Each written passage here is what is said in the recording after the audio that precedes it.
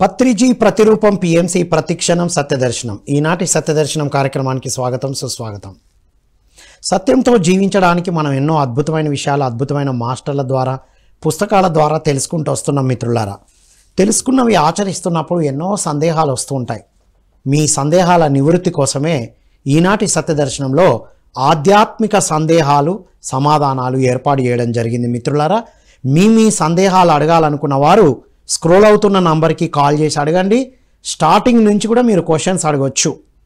మీరు క్వశ్చన్స్ అడుగుతూ ఉండండి. మనం సాధనతో తెలుసుకున్న వాటి యొక్క అనుభవంతో మీకు అందించడం జరుగుతుంది. సో ఈనాటి సందేహాలు నివృత్తి కోసం అందిస్తున్నది మీ ఎంఎల్ రామ్. సో బ్రహ్మర్షి పితామహ పత్రిజీ వారి సాంగత్యంతో ధ్యాన సాధనతో వ్యక్తిత్వ వికాస పుస్తకాలు చదివి ఆధ్యాత్మిక పుస్తకాలు చదువుతూ ప్రాపంచిక జీవితాన్ని ఆధ్యాత్మిక జీవితాన్ని కలగలిపి ఎలా అద్భుతంగా జీవించవచ్చో తెలుసుకుంటూ ముందుకు వెళ్తున్నాం. సో మీ సందేహాలు అడగచ్చు మిత్రులారా. కాల్స్ ఓపెన్ ఉన్నాయి, అడుగుతూ ఉండండి. All right. బ్రహ్మర్షి పితామహ పత్రిజీ వారికి ధ్యాన వందనాలు తెలియజేసుకుందాం. వారు ఎన్నో అద్భుతమైన విషయాలు అద్భుతమైన కాన్సెప్ట్స్, ఒక కాన్సెప్ట్ బోధించడానికి ముందు ధ్యాన సాధన ఇంపార్టెంట్ అని చెప్పేవారు. ఎప్పుడు ధ్యానమే, స్టార్టింగ్ ధ్యానం ఉంటుంది. పిరమిడ్ స్పిరిచువల్ సొసైటీస్ మూమెంట్లో ధ్యానముతో ప్రారంభం అవుతుంది. మళ్ళీ కొన్ని విషయాలు మాట్లాడుకున్న తర్వాత మళ్ళీ ధ్యానంతో క్లోజ్ అవుతుంది. శాండ్విచ్ లాగా పైన బ్రెడ్ కింద బ్రెడ్ మధ్యలో కర్రీ ఉంటుంది కదా, అలాగే సాధన తర్వాత సబ్జెక్టు మళ్ళీ సాధన, ఇలా పిరమిడ్ స్పిరిచువల్ సొసైటీస్ మూమెంట్లో ఈ విధంగా ఉండడం అనేది మనం గమనిస్తూ ఉన్నాం. బ్రహ్మర్షి పితామహ పత్రిజీ వారు ఎన్నో సంస్థల్లో ఎన్నో సబ్జెక్టులు వింటూ ఉన్నారు, ఎన్నో పుస్తకాలు చదువుతూ ఉన్నారు. ఎక్కడైనా అనంతమైన జ్ఞానం అయితే ఉంది, కానీ కావలసింది సాధన అని వారు తెలుసుకొని పిరమిడ్ స్పిరిచువల్ సొసైటీస్ మూమెంట్ని ప్రారంభించారు. సో దీంట్లో ఏం అందిస్తున్నారు అంటే స్పిరిచువల్ సైన్స్ని అందిస్తున్నారు. పిరమిడ్ అంటే 3 కోణాలు ఉంటుంది మనకు తెలుసు, రైట్? శరీరము, మనస్సు, బుద్ధి. ఈ మూడింటిని మనం ఎప్పుడైతే వీటికి అతీతంగా ఎదుగుతామో, ఆత్మతో అనుసంధానం అవుతామో, ఈ శరీరము, మనస్సు, బుద్ధిని అద్భుతంగా వినియోగించుకుంటాం. సో ఇందులో అద్భుతమైన కాన్సెప్ట్స్ అందించారు పత్రిజీ. తులసి దళం గురించి చెప్పారు. తులసి దళంలో 2 ఆకులు ఉంటాయి. మొదటి ఆకు ఆనాపాన సతి ధ్యాన సాధన అని చెప్పారు. రెండవది ఉద్ధరేద్ ఆత్మనాత్మనం అని విన్నాం కదా, నీ వాస్తవానికి నువ్వే సృష్టికర్తవు అనేది 2వ ఆకు. సో 2 ఆకులు మనం ఎప్పుడైతే శ్వాస మీద ధ్యాసతో ధ్యాన సాధన చేస్తామో, నేను ఈ శరీరం మాత్రమే కాదు, మనసుని మాత్రమే కాదు, బుద్ధిని మాత్రమే కాదు అని ఈ మూడిటికి అతీతంగా ఎదుగుతామో, ఈ ఆత్మతో నడిపించబడతామో, ఆత్మతో అనుసంధానం అవుతామో, అప్పుడు మనం తెలుసుకుంటాం నా వాస్తవానికి, అంటే నాకు జరిగే ప్రతిదానికి నేనే కారణం, ఎవ్వరూ కాదు. ధ్యానం లేకముందు అంతా కూడా బ్లేమ్ గేమ్ ఉంటుంది. అందరినీ బ్లేమ్ చేస్తూ ఉంటాం. నా జీవితం ఇలా ఉండడానికి నా తల్లిదండ్రులు కారణం, రైట్? నా అన్నా తమ్ములు కారణం, మా అక్క చెల్లెళ్ళు కారణం, నా బంధువులు కారణం, నా టీచర్లు సరిగ్గా చెప్పకపోవడం, లేదంటే మా ఊళ్ళో అలాంటి వాళ్ళే లేరు, నా చుట్టూ ఉన్న వాళ్ళు అందరు ఇలాగే ఉన్నారు అని అందరినీ బ్లేమ్ చేస్తూ ఉంటాం మనం. ఎప్పుడైతే ధ్యాన సాధన చేస్తామో, శ్వాస మీద ధ్యాసతో మనస్సుని శూన్యం చేసుకోవడమే ధ్యానం, నాడీ మండలాన్ని శుద్ధి చేసుకోవడమే ధ్యానం. దీనికి మిత్రులందరికీ ఒక రిక్వెస్ట్, స్పిరిచువల్ రియాలిటీ అనేటువంటి వీడియో ఉంది, తెలుగులో, ఇంగ్లీష్లో, హిందీలో. అందరూ తప్పనిసరిగా మీ లాంగ్వేజెస్లో ఆ వీడియోని తప్పనిసరిగా చూడండి. ఆల్రెడీ చూసిన వారు మరొక్కసారి చూడండి. అది చూసిన తర్వాత ధ్యాన సాధన చేయండి, ఎంత అద్భుతంగా ఉంటుందో మీకు తెలుస్తుంది. All right. సో ఇది ఆనాపాన సతి అండ్ నీ వాస్తవాన్ని నువ్వే సృష్టించుకుంటున్నావు అనే ఈ 2 ఆకులు కలిపి తులసి దళం అన్నారు పత్రిజీ. సో మరి ఆనాపానసతి ధ్యానం గురించి మనందరికీ తెలుసు. శ్వాస మీద ధ్యాసతో ఉండడం. బుద్ధుల వారు ఒక రాజకుమారుడిగా ఉన్నప్పుడు వారి నాన్నగారు తనకు ముసలితనం అంటే తెలియకుండా, రోగం వస్తుందని తెలియకుండా చక్కగా పెంచారు. ఎందుకంటే తనకు చెప్పబడ్డది ముందే. ఇతను గౌతముడు అయితే ఒక పెద్ద రాజు అవుతాడు లేదా ఒక సన్యాసి అవుతాడని చెప్పాడు. వాళ్ళ తండ్రి గారు భయపడి ఇక ఎప్పుడు ఎలాంటివి తెలిస్తే ఎటువైపు వెళ్తాడు అని అతనికి తెలియకుండా పెంచుతాడు. కానీ ఆగుతుందా? ఏది భయపడితే అదే జరుగుతుంది అంటారు పత్రిజీ. మనం ఏదైతే భయపడుతున్నామో అవి కూడా మన జీవితంలోకి అట్రాక్ట్ చేస్తాం. మనం చూసుకోండి ఒక్కసారి. నేను అనుకోలేదు కదా, అనుకోకుండా జరిగినాయి కొన్ని ఉన్నాయి అంటే మీ లోపల ఏమన్నా భయపడుతున్నారా అనేది చూసుకోవాలి. సో అలాగే జరిగింది. రైట్. ఒకసారి వెళ్తూ ఉంటే ఒక రోగిని చూశాడు, ఒక ముసలితనంతో ఉన్న వాళ్ళని చూశాడు, చనిపోయిన వ్యక్తిని చూశాడు. ఆహా, ఇవన్నీ ఉంటాయా, నాకు కూడా వస్తాయా అని అడుగుతాడు. అవును, ఎవరికైనా వస్తాయి, నీవు కూడా మానవుడిగానే కదా జన్మ తీసుకున్నావు అని చెప్పబడుతుంది. ఇంకంతే, పద ఇంటికి పద అని తన పర్యటనను ఆపేసి తిప్పేసి అసలు ఈ ఇబ్బందులు ఈ సమస్యలు ఎందుకు ఉంటాయి, దీనికి మూల కారణం ఏంటి నేను తెలుసుకోవాలి అని తన భార్యా పిల్లల్ని రాజ్యాన్ని అంతా వదిలేసి వెళ్ళిపోతాడు. వెళ్ళి ఎవ్వరు ఏం చెప్పినా సాధన చేస్తాడు. ఇక్కడ చాలా ఇంపార్టెంట్. పిరమిడ్ స్పిరిచువల్ సొసైటీస్ మూమెంట్లో గుర్తుపెట్టుకోవాల్సిన మేజర్ ఇంపార్టెంట్ పాయింట్. అందరూ ఎవ్వరు ఏం చెబితే ఉపవాసం ఉండాలి అంటే ఉంటారు, కఠోర సాధన ఏమంటే చేస్తారు. 600 పద్ధతులు, 6 సంవత్సరాలు కఠిన తపస్సులాగా చేస్తారు. ఉపవాసం ఉండాలని చెప్తే తీవ్ర ఉపవాసంతో పడిపోతారు. సుజాత అనే ఆవిడ వచ్చి, మాస్టర్ మీరు ఏం సాధించాలన్నా మీ శరీరం జాగ్రత్తగా ఉండాలి కదా అని పాయసం ఇస్తారు. ఆ పాయసం తాగి అవును కదా, నిజమే కదా, ఇంత కఠోరంగా శరీరాన్ని ఇంత ఇబ్బంది పెడితే మరి మనం ఎట్లా జ్ఞానం తీసుకుంటాం అనేటువంటి విషయం ఆవిడ ద్వారా తెలుసుకొని ఇక అలా కాదని శ్వాస మీద ధ్యాసతో గమనిస్తూ ఉంటాడు. అంతే, ఒక జామ్ అలా కూర్చుండిపోతాడు. అప్పటిదాకా వివిధ పద్ధతులు అన్నీ అయిపోయినాయి, ఏమి లేదని అలా సైలెంట్గా గమనిస్తూ కూర్చుంటాడు. అంతే, ఒక్క జాములో తనకు తెలియని ఒక అద్భుతమైన శక్తిని గమనిస్తారు. మళ్ళీ వాంటెళ్ళి కూర్చుంటారు, తన గత జన్మలన్నీ చూసుకుంటారు, మళ్ళీ కూర్చుంటారు. తన ఇప్పుడు ఏం చేయాలి, మరి ఈ జన్మకు మూలం ఏంటి అని తెలుసుకొని ఆ 3 జాముల్లో అంటే ఒకే రాత్రిలో టోటల్ ఎన్లైటన్ అవుతారు.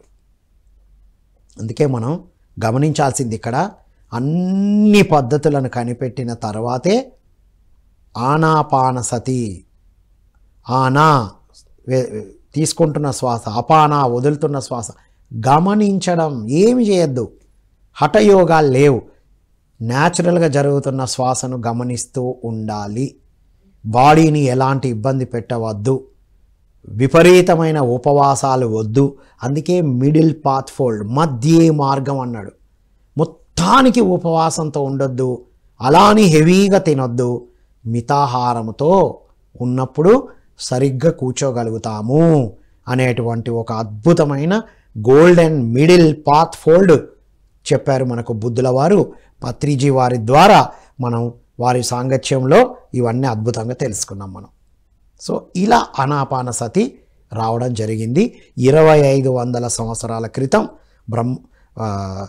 బుద్ధుల వారు తెలుసుకొని గౌతమ బుద్ధుడుగా ట్రాన్స్ఫామ్ అయ్యాడు. గౌతముడుగా కూర్చున్న వ్యక్తి 600 పద్ధతుల తర్వాత 6 సంవత్సరాల తర్వాత తను బుద్ధుడై వచ్చాడు. తన మొట్టమొదటి వాక్కు ఇదే వాడారు, నేను ఇక నుంచి బుద్ధుడిని, నన్ను బుద్ధుడు అని పిలవాలి అని చెప్పారు. అది ఫస్ట్ టీచింగ్ అక్కడి నుంచి మొదలుపెట్టారు. ఆనాపానసతి చేస్తే ఏం జరుగుతుంది? బుద్ధులం అవుతాం మనం. బుద్ధుడు అంటే ఎవరు?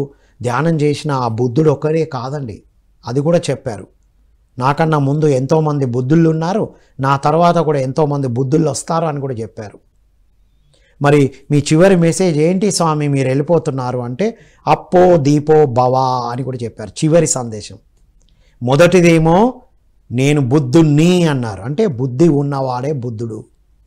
ఎవరైతే తన బుద్ధిని సరి అయిన విధంగా వాడుతారో వారు బుద్ధుళ్ళే. సో మరి పిరమిడ్ స్పిరిచువల్ సొసైటీస్ మూమెంట్ ఏమిటి అంటే బుద్ధుళ్ళ సంఘం అన్నారు. అంటే ఏంటి? బుద్ధితో జీవించడం, ఎరుకతో జీవించడం అనేది మనం పిరమిడ్ స్పిరిచువల్ సొసైటీస్ మూమెంట్లో తెలుసుకుంటున్నాం. సో ఇక్కడ అన్ని సాధనలు అయిపోయిన తర్వాత ఆనాపానసతి ధ్యానం, దాన్ని రీడిస్కవరీ చేశారు పత్రిజీ. ఇంతకుముందు ఇలా కూర్చోడాలు, కాళ్ళు ఇలా దూరంగా పెట్టడాలు ఉండేది కదా మనకు, ధ్యానం అంటేనే ఇట్లా కూర్చోవడాలని. కానీ పత్రిజీ ఇలా కూర్చోవడం వల్ల మన శక్తి వృధా అవుతుందని చేతుల్లో చేతులు, వేళ్ళల్లో వేలు వేసుకోవడం, కాళ్ళను 2 క్రాస్ చేసుకోవడం, కాళ్ళను ఎప్పుడైతే ఇట్లా దూరంగా పెడతామో మన నుండి వచ్చే శక్తి అంతా వృధా అవుతుంది అని చెప్పారు. ఇలా కాళ్ళను క్రాస్ చేసుకొని, కళ్ళు 2 మూసుకొని, శరీరాన్ని స్థిరంగా సుఖంగా కూర్చోబెట్టాలి. ఇది ఆనాపానసతి. శరీరాన్ని ఎలాంటి హఠయోగాలతో ఇబ్బంది పెట్టరాదు. తెలుసుకున్నారు కదా, తను బుద్ధుల వారు ఎందుకు చెప్పారు, అన్నీ చేశారు. దానివల్ల వీడు శరీరాన్ని ఏదోలాగా కూర్చోబెడితే మన ఫోకస్ అంతా అక్కడ ఉంటుంది.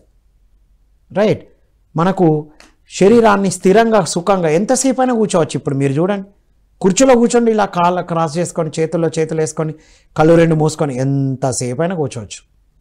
రాత్రి కూర్చుంటే పొద్దున్న లేస్తాం, మనం పొద్దున కూర్చుంటే మళ్ళీ రాత్రి లేస్తాం, ఈరోజు పొద్దున కూర్చుంటే రేపు పొద్దున లేస్తాం. అంత అద్భుతంగా కూర్చోవచ్చు శరీరం స్థిరంగా ఉన్నప్పుడు. అది మనం గమనించాలి. పత్రిజీ వారు ఎంత అద్భుతంగా రాత్రంతా సాధన చేపించారో. ఎన్నో శివరాత్రుల్లో అయితే ఎంతో ధ్యానం చేపించారు, పౌర్ణమి రాత్రులు ధ్యానం చేపించారు, బుద్ధ పౌర్ణమి ఎంత సాధన. ఉదయం 3-4 గంటల వరకు చేపిస్తూనే ఉంటారు, నైట్ స్టార్ట్ చేసి ఫ్లూట్ ప్లే చేస్తూనే ఉంటారు.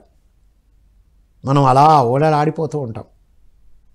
రైట్, ధ్యాన మహాయజ్ఞాల్లో, ధ్యాన మహాచక్రాల్లో ఇప్పుడు మనం ధ్యాన యాగం చేసుకుంటూ ఉంటాం. తిరుపతిలో కూడా మనం ధ్యాన మహాయజ్ఞం చేసుకుంటున్నాం. ఏం చేస్తాం? మార్నింగ్ 5 నుంచి 8 వరకు ధ్యానం చేపిస్తూ ఉంటారు పత్రిజీ. మనం తిరుపతిలో జరగబోయే ధ్యాన మహాయజ్ఞంలో ఉదయం 6 నుంచి 8 వరకు అలా సాధన చేయబోతున్నాం. అంతకుముందు అయితే ఉదయం 4 నుంచే ధ్యానం ప్రారంభం అయ్యేది. ఆ 4 అంటే చూసుకోండి ఎట్లా రెడీ అయి వెళ్ళేవారో. అసలు ధ్యానం సమయంలో, ఇప్పుడు కూడా మీరు ధ్యానం సమయంలో చూడండి, హాల్ అయితే ఫుల్గా ఉంటుంది. ధ్యానానికి ఎక్కువ ఇంపార్టెన్స్ ఇవ్వడం జరిగింది. ఎందుకంటే మనం సాధన చేయడమే ఇంపార్టెంట్. సాధన చేసినప్పుడే మనం పిరమిడ్ అవుతాం. మన ముక్కే ఒక పిరమిడ్ అని చెప్పారు పత్రిజీ. రైట్, పిరమిడ్ ఆకారంలో మన ఆ పిరమిడ్లోనే కూర్చున్నాం మనం ఇలా శ్వాస మీద ధ్యాసతో ఉన్నప్పుడు. రైట్, దీనికి వ్యక్తిగత ధ్యానం గురించి చెప్పారు. ఇండివిజువల్గా కూర్చొని సాధన చేయాలి. సామూహిక ధ్యానం చేయాలి, గ్రూప్ మెడిటేషన్ 3 రెట్లు శక్తిదాయకం. రైట్, మనం మరింత శక్తిదాయకంగా ఉండాలి, తొందరగా మనసును శూన్యం చేసుకోవాలి, గ్రూప్ మెడిటేషన్ ఉన్న దగ్గర కూర్చోవాలి. నెక్స్ట్ పౌర్ణమి ధ్యానం, పౌర్ణమి రాత్రుల ధ్యానం. అలా ఎంత అద్భుతంగా ఉంటుందో. మనకు ఒక సంవత్సరంలో 12 పౌర్ణమిలు ఉంటాయి, ఒక శివరాత్రి ఉంటుంది. ఈ 13 రాత్రులు ఎవరైతే చక్కగా ధ్యానం చేస్తారో ఎంత అద్భుతమైన ఎన్లైటన్మెంట్ వస్తుందో. ఇవన్నీ మనం ఎక్స్పీరియన్స్ అయ్యాం. పత్రిజీని కలవక ముందు నుంచి ధ్యానం చేస్తూ ఉన్నాం. పౌర్ణమి అంటే ఏదో చెప్తారులే, అమావాస్య, ఇవన్నీ ఏంటి మూఢనమ్మకాలు అనుకునేవాడిని. నా మిత్రుడు ఒక అతను చెప్పేవాడు, మేము పౌర్ణమి రోజు ఇలా వాటర్లో కూర్చొని ఇలా ఇది చేసాం అది చేసాం. ఏందండి బుద్ధి లేని పనులు చేస్తారు వీళ్ళు. మనం వచ్చింది ఒక లక్ష్యం సాధించడానికి, జీవితాన్ని వృధా చేస్తామా? ఒక లక్ష్యం పెట్టుకొని లక్ష్యం కోసం పనిచేయాలి అని లైట్గా తీసుకునేవాడిని నేను. కానీ తర్వాత పౌర్ణమి ధ్యానం, టెర్రస్ మీద ధ్యానం, బెల్లంపల్లిలో పిరమిడ్ స్పిరిచువల్ సొసైటీస్ మూమెంట్ని ప్రారంభించిన తర్వాత మా ఇంటి పైన టెర్రస్ పైన ధ్యాన సాధన అలా చేపిస్తూ ఉండేవాళ్ళం. ఇప్పుడు మాట్లాడుతుంటే మనకు ఐడియా వస్తుంది. ఒకానొక రోజు రాత్రి 2000 ఐ థింక్ 2011లో అనుకుంటాను, 11-12 ఐ థింక్, రాఖీ పౌర్ణమి రోజు అలా ధ్యాన సాధన చేస్తున్నాం ఎక్కువ మంది అలా కూర్చొని. రైట్, డివైన్ గోల్డెన్ థ్రెడ్ అందరికీ కట్టబడ్డది 1 by 1. అది నాకు ఇప్పుడు స్ట్రైక్ అవుతుంది. అలా రాత్రి అందరం కూర్చొని ధ్యాన సాధన చేస్తున్నాం. అలా ఆ పౌర్ణమి రాత్రులు చేసిన సాధనతో మనం మరింత ఉన్నతంగా ఎదుగుతాం. సో ఎవరైనా ఆధ్యాత్మికంగా నేను ఉన్నతంగా ఎదగాలి అనుకున్నవారు ప్రతి పౌర్ణమి రాత్రులు ధ్యాన సాధన చేస్తే వెల్ అండ్ గుడ్. ఇండివిజువల్గా ఒకవేళ కుదిరిన వాళ్ళైతే సామూహిక ధ్యానానికి ప్రతి నెల పౌర్ణమి ధ్యానం కడతాల్ కైలాసపురిలో జరుగుతుంది. 3 రోజులు, వారం రోజులు యాక్చువల్గా. పౌర్ణమి రోజు, పౌర్ణమికి ముందు 3 రోజులు, పౌర్ణమి తర్వాత 3 రోజులు, 7 రోజులు క్రమం తప్పకుండా ధ్యానం చేయాలి. పౌర్ణమికి ముందు ప్రిపరేషన్ ధ్యానం, పౌర్ణమి రోజు అనంతమైన శక్తిని తీసుకోబోతున్నాం కదా, దానికి ప్రిపరేషన్ జరుగుతుంది 3 రాత్రులు ఆ ముందు రోజు ధ్యానం చేస్తే. పౌర్ణమి తర్వాత 3 రోజులు, పౌర్ణమి రోజు ఏదైతే అద్భుతమైన శక్తిని మనం రిసీవ్ చేసుకున్నామో ఆ 3 రోజులు మన ద్వారా అవి స్ప్రెడ్ చేయబడతాయి. ఇది ఆనాపాన సతి ధ్యానం. సో ఆనాపాన సతి ధ్యానం చేసినప్పుడే మనం శరీరాన్ని, మనస్సుని, బుద్ధిని సరిగ్గా అర్థం చేసుకొని వాటిని ఆత్మ వైపు తిప్పుతాం. నేను శరీరం మాత్రమే కాదు, నా ఆత్మ ఈ శరీరాన్ని ఎంచుకుంది అని అర్థమైనప్పుడు ఎలా చూసుకుంటాం మన శరీరాన్ని? నా మనస్సు నా శరీరమే ఎంచుకుంది ఇలాంటి మనస్సుని, నా బుద్ధి గత జన్మ నుండి వచ్చింది, ఈ జన్మలోని అనుభవాల వల్ల వచ్చింది అని తెలుసుకున్నప్పుడు ఎలా ఉంటాం మనం? ఈ బుద్ధి కనుక మన ఆత్మ వశం అవుతే అద్భుతంగా సరి అయిన అవగాహనతో జీవిస్తాం, బుద్ధి వికాసంతో జీవిస్తాం. ఇది ఆనాపానసతి ధ్యానం. ఆనాపానసతి ధ్యాన సాధన చేసినప్పుడే, ధ్యాన సాధన చేయడమే కాదు, ధ్యానం చేయాలి, అందరికీ ధ్యానం చేపియాలి. ఎంతోమంది ధ్యాన సాధనతో ఎన్ని అద్భుతమైన మిరాకిల్స్ చూశారో, మెడిటేషన్ మ్యాజిక్ని చూశారో. మెడిటేషన్ చేస్తే వచ్చేటువంటి లాభాలు అన్నీ ఇన్ని కావండి. హెల్త్ అనేది చాలా చిన్నది. మనం ఇప్పుడు శరీరము అన్నాం, ఎంత చిన్నది శరీరం కదా. ఇది శరీరము, మనస్సు, బుద్ధి, ఆత్మ, సర్వాత్మ. శరీరం చూడండి అన్నిట్లో ఎంత చిన్నగా ఉందో. శరీర అవసరాల కోసమే కదా అడుగుతాం మనం. సో ఈ శరీరం అన్నిటికన్నా చిన్నది. రైట్. సో ఈ శరీరాన్ని ఎప్పుడైతే ధ్యాన సాధన చేస్తామో, శక్తిని పెంచుకుంటామో, ఆత్మశక్తితో ఉంటామో, ఆత్మ జ్ఞానంతో ఉంటామో, ఈ శరీరము అద్భుతంగా హాయిగా ఉంటుంది.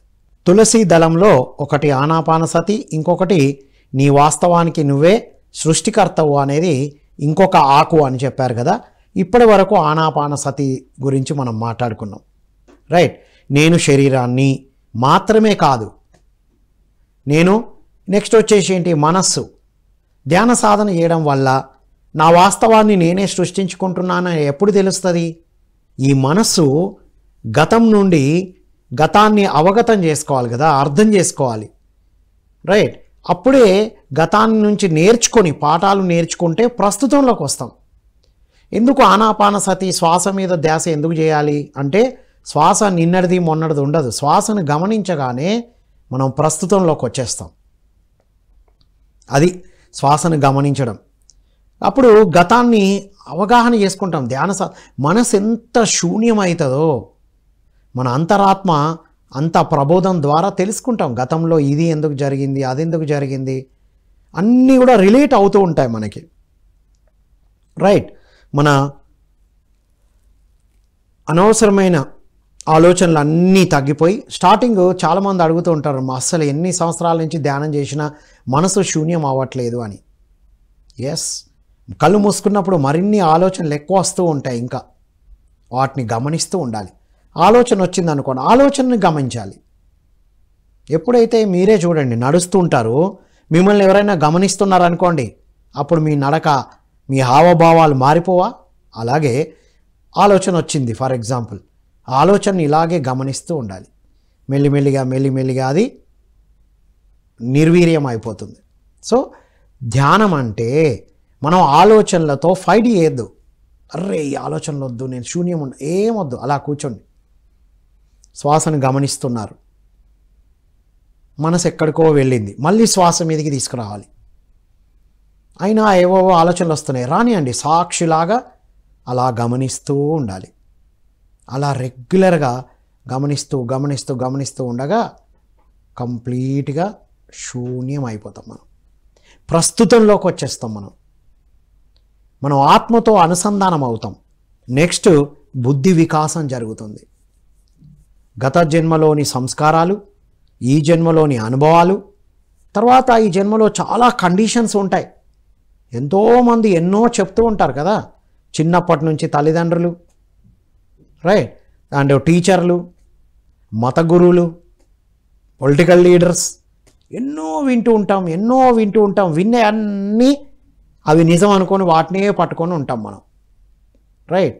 సో ప్రోగ్రామ్ చేయబడి ఉన్నాం మనం ఇప్పటి జీవితం మన ఆలోచనలతో, మన బుద్ధితో చేయట్లేదు. మనం ఎవరో ఏదో చెప్పారు, ఎప్పుడో ఏదో విన్నాం, దాన్ని బట్టి నడుస్తూ ఉంటాం. ఎప్పుడైతే ధ్యాన సాధన చేసి ఆత్మతో అనుసంధానం అవుతామో, నేను శరీరము, మనస్సుని, బుద్ధిని మాత్రమే కాదు, నా భావాలు నేను కాదు, నేను అపరిమితమైన, శక్తివంతమైన, శాశ్వతమైన ఆత్మను.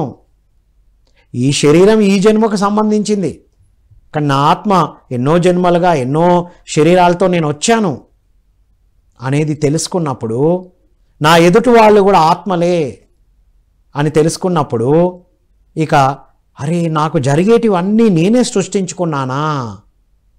మనం జ్ఞానం లేనప్పుడు ఎన్నో ఆలోచనలు, జ్ఞానం ఉన్నా లేకపోయినా ఆలోచనలు వదులుతూ ఉంటాం కదా. ఆ వదిలిన ఆలోచనలు ఎప్పుడు ఏదో ఒక బీజం పడది, ఏదో ఒక రోజు మనకు అది చూపిస్తుంది. మనం ఆలోచించనిది, మన ఆలోచన నుంచి వెలువడనిది ఏది జరగదు అనే విషయం తెలుసుకుంటాం మనం. ఇవాళ ఇలా నేను మాట్లాడుతున్నానంటే, అరే నేను మాట్లాడాలా అనుకోలేదుగా, అవును సిచ్యువేషన్ వచ్చింది, మాట్లాడతారా అన్నారు, ఏం చేయాలి? ఎస్ కమాన్ మాట్లాడదాం, మనకు తెలుసుకున్న విషయాలు అందిద్దాం, అంతే. సో జ్ఞానం అందియాలి అనేది ఒకటైతే ఉంది కదా, అది ఎన్నో రూపాల్లో అందిస్తూ ఉంటాం. ఎక్కడ అవకాశం వస్తే అక్కడ అవకాశాలని వినియోగించుకుంటాం మనం. సో ఇక్కడ మనకు అర్థం అవుతుంది అనమాట, ఈ కండిషన్స్ నుంచి బయటపడతాం. వాళ్ళెవరో చెప్పారని, వీళ్ళెవరో చెప్పారని, అక్కడ విన్నామని, ఇక్కడ చదివామని అన్నీ వెళ్ళిపోతాయి. ఆత్మతో అనుసంధానం అయినప్పుడు ఇక ఇప్పుడు జరిగేటి అన్నీ నేను సృష్టించుకున్నాయే, నా చుట్టూన్న వ్యక్తులందరినీ నేనే తీసుకొని వచ్చాను, నా జ్ఞానాన్ని నేను పెంచుకోవడానికి, గుణపాఠాలు నేర్చుకోవడానికి. అవునా, ఎదుటి వాళ్ళ గుణపాలు దింపేలా మాట్లాడితే కూడా మనమే తెచ్చుకున్నట్ట? అవును. ఎదుటి వాళ్ళు గుణపం దించినట్టు మాట్లాడుతున్నారుగా? అవును. వాళ్ళు అలా గుణపం దించినప్పుడు మాట్లాడినప్పుడు నీ ఏ గుణానికి తాకుతుంది? ఓహో, నాలో కూడా ఇంత రియాక్ట్ అయ్యే గుణం ఉందా, నాలో ఇబ్బంది పడే గుణం ఉందా, వాళ్ళ మాటలు నా ఇబ్బందికి తగులుతున్నాయా? అవును, ఎదుటి వాళ్ళలో మనసుతో ఎక్కువ ఉన్నప్పుడు అహంకారపూరితమైన మాటలు మాట్లాడుతూ ఉంటారు, రైట్. మనం మాట్లాడుతున్నాము, ఇది ఇబ్బంది కలిగిస్తున్నదన్న ఎరుక లేకుండా కూడా మాట్లాడుతూ ఉంటారు. అఫ్కోర్స్ వాళ్ళ పాత్ర లేదా అంటే ఉంది, అందరి పాత్ర ఉంది, కానీ వాళ్ళ పాత్ర ద్వారా నేను ఎలా రియాక్ట్ అవుతున్నా, నాకేం జరుగుతుంది? ఓకే, ఆధ్యాత్మికతలో ఎవరైతే బాధపడుతున్నారో వారు క్లియర్ చేసుకోవాలి. బాధ పెట్టే వాళ్ళలో అది వాళ్ళకి సంబంధించిన విషయం. ఎదుటి వాళ్ళు మాటలు అన్నారు, ఓకే, వాళ్ళు ఎందుకు అని ఉంటారు? ధ్యానం తెలియకపోయి ఉంటుంది, గతం నుంచి మాట్లాడుతూ ఉంటారు, రైట్. ఎన్నో నెగిటివ్ భావాలు ఉంటాయి, నెగిటివ్ ఆలోచనలు ఉంటాయి, అహంకారపూరితమైన వ్యవహారాలు ఉంటాయి, వాటితో మాట్లాడి ఉంటారు అనుకుందాం. అయితే ఆ మాట నాకెందుకు ఇబ్బంది కలిగిస్తుంది? ఇప్పుడు తనకు కదా అవన్నీ ఉన్నాయి. ఎవరైతే మాట అంటున్నారో వాళ్ళలో కదా ఈ గుణాలు ఉన్నాయి. మరి ఆ విన్న నాకెందుకు తగులుతుంది? నేనెందుకు రియాక్ట్ అవుతున్నా? నాకెందుకు ఈ ఫీలింగ్ వస్తుంది అంటే నాలో కూడా అవి ఎక్కడో ఉన్నాయి అని తెలుసుకుంటాం. Like attracts like. Richard Bach మహానుభావుడు చెప్పారుగా, నిన్ను బట్టే నీ తోడు, నువ్వు లోపల ఎలా ఉన్నావో అలాంటి రిఫ్లెక్షన్స్ వస్తాయి. వాళ్ళను బట్టి అంటున్నా, వాళ్ళు ఇలా సరిగ్గా లేరు కాబట్టి, నన్ను రెచ్చగొట్టే మాటలు అన్నారు కాబట్టి నేనన్నా కాదు. ఎవరిని రెచ్చగొట్టరు. మనలో సరి అయిన భావాలు, సరి అయిన గుణాలను పెంపొందించుకోవడం కోసమే అవన్నీ జరుగుతూ ఉంటాయి. సో ఎప్పుడైతే ఇలా ఆత్మతో అనుసంధానం అవుతామో, అరే నా వాస్తవాన్ని నేనే సృష్టించుకున్నాను కదా, ఇప్పుడు ఆ వ్యక్తిని నేనే కదా సృష్టించుకున్నాను. ప్రేమగా చక్కగా మాట్లాడే వాళ్ళు ఉంటారు, అరే వీళ్ళని సృష్టించుకున్నది నేనే కదా. మరి కొంతమంది ఇలా ప్రేమతో ఉంటున్నారు, కొంతమంది ద్వేషంతో ఉంటున్నారు. మరి ఎందుకని? నాకు ఏది ఎక్కువ ఇబ్బందిని కలిగిస్తుంది? బాధపడుతున్నాను. మరి రెండింటినీ సమానంగా ఎందుకు తీసుకోవట్లేదు? ఎందుకు ధ్యాన సాధన కళ్ళు మూసుకొని ధ్యాన సాధన చేస్తున్నా సరే మాటలు తొందరగా ఎందుకు రియాక్ట్ అవుతున్నా అనేది ఎవ్వరికి వారే చెక్ చేసుకుంటారు. నా వాస్తవాన్ని నేనే సృష్టించుకుంటున్నా. నా దుడుకుడు స్వభావానికి, నా మాట తీరికి, నా ఆలోచనకి, నా భావాలకి, నేను ఇబ్బంది పడే తీరుకి కారణం నేనే, వేరే వాళ్ళు కాదు. వాళ్ళు అలా ఉన్నారు కాబట్టి నా కోపం వచ్చింది. నీ కోపం వచ్చింది అంటే నీకు ఎక్కడో ఏదో భావం తొక్కి పెడుతున్నామని అర్థం. సో ఇది సేత్ మహావిజ్ఞానం పుస్తకాలు చదివితే మనకి ఇవన్నీ అర్థమవుతాయి. మనకు జరిగే మంచి మనమే సృష్టించుకున్నాం, మనకు సరికానివి కూడా మనమే సృష్టించుకుంటున్నాం అనేది తెలుస్తుంది. మన ఆలోచనలతో, మాటలతో, మన ప్రవర్తనతో, మన చేతలతో మనమే అలాంటి పరిస్థితులను సృష్టించుకుంటున్నాం. ధ్యాన సాధన చేస్తున్నా తొందరగా రియాక్ట్ అయ్యే నేచర్ ఉంటుంది. ఏం చేయాలి అప్పుడు? ఆనాపానసతి ధ్యానంతో లోపలికి వెళ్ళాలి డీప్గా. అరే నేనెందుకు ఇలా రియాక్ట్ అవుతున్నా? ప్రతిదానికి రియాక్ట్ అవుతున్నాం అంటే అంగీకార తత్వం ఎక్కడో మిస్ అయిందా? రిజెక్ట్ చేస్తున్నానా వ్యక్తులను, పరిస్థితులను? అందరూ సరే ఒంటరిగా ఉన్నప్పుడు హాయిగా ప్రశాంతంగా ఉంటారు, హాయిగా ధ్యానం చేసుకుంటాం. అయితే అదేం గొప్పతనం? అట్లయితే మనం కుటుంబాలు లేకుండా మనం సన్యాసులుగా ఉండొచ్చు కదా. పత్రిజీ లాంటి వాళ్ళ అవసరం ఏముంటుంది? ఇక పత్రిజీ కూడా వచ్చి కుటుంబంతో ఉంటూ ధ్యాన సాధన చేసి బ్రహ్మర్షి పితామహ అయ్యారుగా. మరి మనకెందుకు కాదు? ఒంటరిగా ధ్యానం చేసి హాయిగా ఉండడంలో గొప్పతనం ఉందా? ధ్యాన సాధన చేసి కళ్ళు తెరిచినప్పుడు ఎదుటి వాళ్ళు ఎలా ఉన్నా మనలో ఏం జరుగుతుందో గమనిస్తూ చెక్ చేసుకుంటే ఎదుగుతామా? గమనించండి ఒకసారి. ఎదుటి వాళ్ళను మార్చాలనో, ఎదుటి వాళ్ళు అలా ఉండకూడదు ఇలా ఉండాలనో ఎక్కడో ఒక రిజెక్షన్ ఉండడం వల్ల మనలో తెలియని ఇరిటేషన్స్ వస్తూ ఉంటాయి. ఎప్పుడైతే అంగీకార తత్వం, ధ్యానము, ఆనాపానసతి ధ్యానము అంగీకార తత్వాన్ని పెంచుతుంది కూడా, క్షమాగుణాన్ని పెంచుతుంది. జరిగిన సిచ్యువేషన్ ఎప్పటికప్పుడు ఫర్గ్యూ చేసుకుంటూ వెళ్తాం, మనం లోడ్ తగ్గించుకుంటాం. బుద్ధుల వారు అన్నారు, నేను ధ్యానం చేసి అన్నీ పోగొట్టుకున్నాను, నాకేం రాలేదన్నారు. అవునా? రావాలని ఆదాని చెప్తూ కాస్త పోవాల్సినవి పోవాలి కదా. ముందు సరికాని ఆలోచనలు పోవాలి, మన గురించి ఎదుటి వాళ్ళ గురించి ఉన్న సరికాని ఆలోచనలు వెళ్ళిపోవాలి. ఇంకా ఎక్కడో ఏవో ఆలోచనలు ఉంటాయి. ఆ సందర్భంలో స్లిప్ అయ్యాం, ఓకే. నెక్స్ట్ టైము లోపలికి వెళ్ళి దాన్ని క్లియర్ చేసుకుంటాం. మనం నా వాస్తవాన్ని నేనే సృష్టించుకుంటున్నాను అనేది ఎప్పుడైతే అర్థమైందో బాధ్యత తీసుకుంటాం మనం. లేకపోతే ఏమవుతుంది? వాళ్ళను వీళ్ళను బ్లేమ్ చేసుకుంటూ ఇలాగే జీవితం మరొక జన్మకో ఇంకో కొన్ని జన్మలకు దారి తీస్తుంది అనేది తెలుసుకున్నాం మనం. సో అప్పటికప్పుడు స్లిప్ అయినా చెక్ చేసుకోవాలి. అరే ఎందుకు ఇట్లా రియాక్ట్ అవుతున్నా? ఎక్కడి నుంచి వస్తుంది నాకు ఈ రియాక్షన్? ఒక మాట అనగానే అలా ఉలిక్కిపడి ఎందుకు త్రాస్ పామ్ లాగా పుస్సుమని లేస్తున్నా?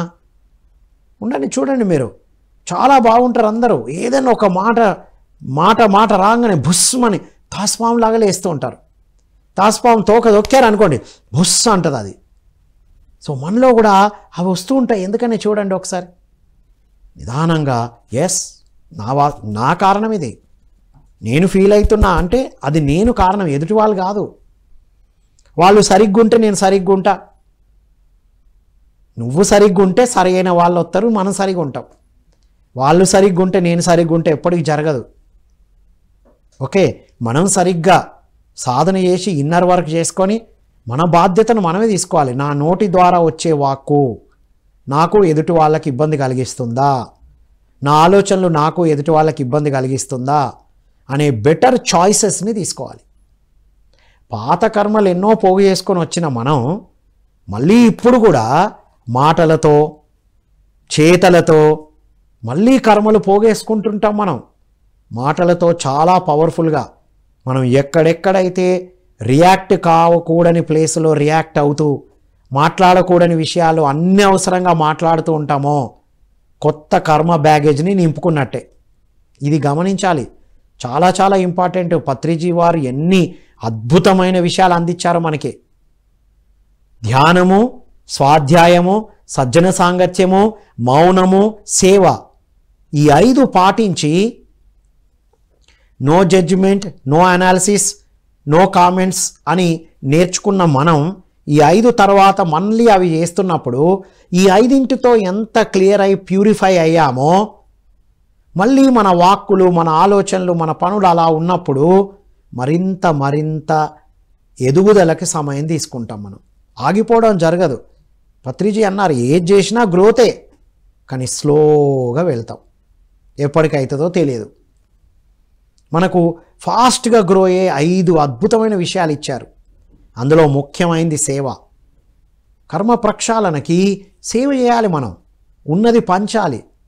జ్ఞానం ఉంటే పంచాలి, డబ్బు ఉంటే పంచాలి, ఇస్తూ ఉండాలి. ఆధ్యాత్మిక శాస్త్ర సేవకు ఇస్తూ ఉండాలి. ఇక్కడ మన ఎదుగుదలను బట్టి మన సేవలు పెరుగుతూ ఉంటాయి. నేను శరీరము అన్న శరీర దశలో ఉన్నప్పుడు శరీర సేవలు ఉంటాయి. నేను మనస్సును అన్నప్పుడు మానసిక సేవలు ఉంటాయి. నేను బుద్ధిని అన్నప్పుడు బుద్ధి సేవలే ఉంటాయి. కాదు నేను ఆత్మను, నేను దేవుణ్ణి, మానవ సేవే మాధవ సేవ అని విన్నాం. కానీ పత్రిజీ మాధవ సేవే మాధవ సేవ అన్నారు. నేను మాధవుణ్ణి, ఆత్మస్థితిలో ఆత్మనే దేవుడు కదా, నేను మాధవుణ్ణి అని తెలుసుకున్నప్పుడు మనం చేసే సేవ అంతా మాధవ సేవ. ఎదుటి వాళ్ళు నువ్వు కూడా మాధవుడివే అని గుర్తు చేసే సేవలే మాధవ సేవ. ఇలాంటి ధ్యానం నేర్పించడం, శాకాహారం యొక్క విశిష్టతను తెలియజేయడం, పిరమిడ్ శక్తి గురించి తెలియజేయడం సేవా. రైట్. సో మిత్రులారా, నా వాస్తవాన్ని నేనే సృష్టించుకుంటున్నా. నేను రియాక్ట్ అవుతున్నాను అంటే, నాలో ఇబ్బంది అలజడి లోపల ఉంది అంటే ఆనాపానసతితో లోపలికి వెళ్ళాలి. ఎదుటి వాళ్ళు, పరిస్థితులు కారణం కాదు. ఆధ్యాత్మికత చెప్పేది ఇబ్బంది పడుతున్నవారే ఇన్నర్ వర్క్ చేసుకోవాలి. ఇబ్బంది పెట్టే వాళ్ళ పాత్ర ఏమీ లేదు. వాళ్ళ పాత్ర 10%. మనల్ని గుర్తు చేయడానికే 90% మనమే వర్క్ చేయాలి. ఇది చాలా ఇంపార్టెంట్ విషయాలు ఇవాళ మనం తెలుసుకున్నాం. తులసి దళంలో 2 ఆకులు, ఒకటి ఆనాపానసతి, ఇంకొకటి నా వాస్తవాన్ని నేనే సృష్టించుకుంటున్నాను అనే అద్భుతంగా జీవిస్తే రిమోట్ కంట్రోల్తో ఛానల్ మార్చినంత సులువుగా మన జీవితాన్ని అద్భుతంగా తీర్చిదిద్దుకోవచ్చు. దానికి క్రమం తప్పకుండా పిఎంసి చూస్తూ ఉండండి. పిఎంసి ఈ రెండిటిని అందించడానికే తులసి దళమే ఈ పిఎంసి. బ్రహ్మర్షి పితామహ పత్రిజీ యొక్క ప్రతిరూపమే ఈ పిఎంసి. పిఎంసిలో వచ్చే ప్రతి కార్యక్రమం, పిఎంసిలో జరిగే ప్రతి కార్యక్రమం, పిఎంసి కోసం చేసే ప్రతి ఒక్కటి ఈ రెండింటిని మనం ప్రపంచానికి అందించడానికే అని తెలుసుకొని అందరూ సహకారాలు అందించాలని కోరుకుంటూ మరో కార్యక్రమంలో మళ్ళీ కలుద్దాం. అంతవరకు సెలవు. Thank you all.